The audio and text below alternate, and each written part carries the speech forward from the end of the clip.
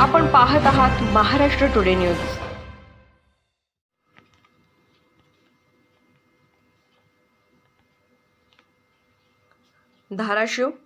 धाराशिव शहरातील मध्यवर्ती ठिकाणी असलेल्या ज्योती Kranti cooperative credit society limited या बँकेत 5 जणांनी प्रवेश करीत बँक मॅनेजरच्या मानेवर पिस्टल ठेवून कॅशियरचे हात बांधून त्यांना डांबून टाकून दिवसा ढवळ्या अंदाजे 4 किलो 200 ग्रॅम सोने व रोकड असा कोट्यवधी रुपयांचा दरोडा टाकला आहे।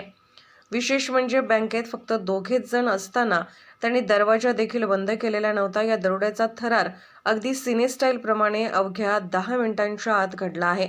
मात्र बँक व्यवस्थापक किंवा कॅशियर या दोघांनी देखील आरडाओरड केली नसल्यामुळे ते दरोडेखोर पसार होण्यात यशस्वी झाले आहेत।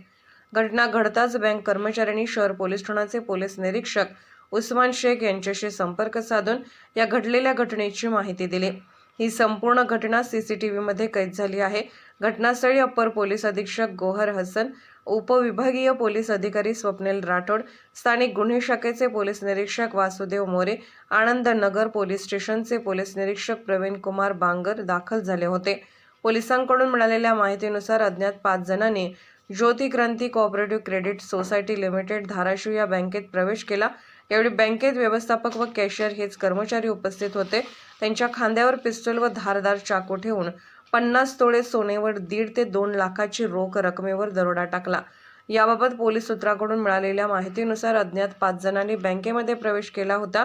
अद्यापपर्यंत किती मुद्देमाल गेला आहे याची माहिती मात्र कळू शकली नाही। मात्र बँक कर्मचाऱ्यांना बँक लुटणाऱ्या 5 जणांनी तोंडाला चिकटपट्टी लावल्याचे बँक कर्मचाऱ्यांनी सांगितले। घटनेचे गांभीर्य ओळखून आनंदनगर पोलीस ठाण्याचे पोलीस निरीक्षक बांगर यांनी दरोडेखोरांच्या मुसक्या आवळण्यासाठी विशेष 2 पथकांची तात्काळ रवानगी केली आहे। दरम्यान घटनास्थळी श्वान पथकाला पाचारण करण्यात आले असून श्वान पथक घटनास्थळी दाखल झाले। त्या ठिकाणाहून जुनी स्टेट बँक ऑफ इंडिया या मार्गे नगर परिषदेच्या दिशेने गेले। विशेष म्हणजे शहराच्या मधोमध या लोकांची प्रचंड गर्दी असलेल्या ठिकाणी घटना घडली असताना याची माहिती का लोकांना दिली नाही असा प्रश्नही उपस्थित झाला आहे। महाराष्ट्र टुडे मराठीसाठी ब्युरो रिपोर्ट समीर ओहळ, धाराशिव।